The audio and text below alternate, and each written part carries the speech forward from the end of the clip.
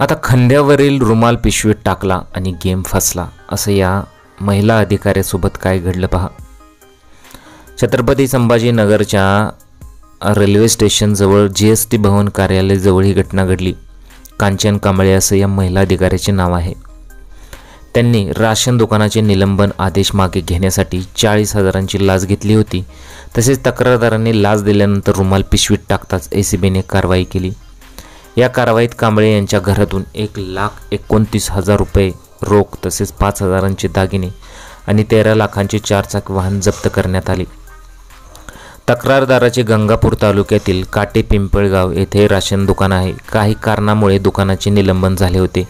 निलंबन मागे घेण्यासाठी कांचन कांबळे यांनी तक्रारदाराकडे लाच मागितली. आता त्यांनी स्वतःसाठी आणि जिल्हा पुरवठा अधिकाऱ्यांसाठी एकूण 69,000 रुपयांची मागणी केली. स्वतःसाठी 15,000 आणि जिल्हा पुरवठा अधिकाऱ्यांसाठी 25,000 रुपये आणि असे एकूण 40,000 रुपये देण्याचे ठरले. तक्रारदारांनी या संदर्भात 12 जून रोजी ACBकडे तक्रार दाखल केली. मग झालं असं की ACBने तक्रारीची नोंद घेऊन सापळा रचला. तक्रारदार कांचन कांबळे यांनी लाचेची रक्कम देण्यासाठी गेले. ठरल्याप्रमाणे लाच दिल्यानंतर त्यांनी खांद्यावरील रुमाल पिशवीत टाकला. हा इशारा होता आणि हा इशारा मिळताच ACBच्या अधिकाऱ्यांनी छापा टाकला. कांचन कांबळे यांना लाच घेताना रंगेहात पकडण्यात आले. या घटनेनंतर कांचन कांबळे यांच्या घरावर छापासुद्धा टाकण्यात आला. त्या झडतीमध्ये ACBला मोठ्या प्रमाणात संपत्ती सापडली.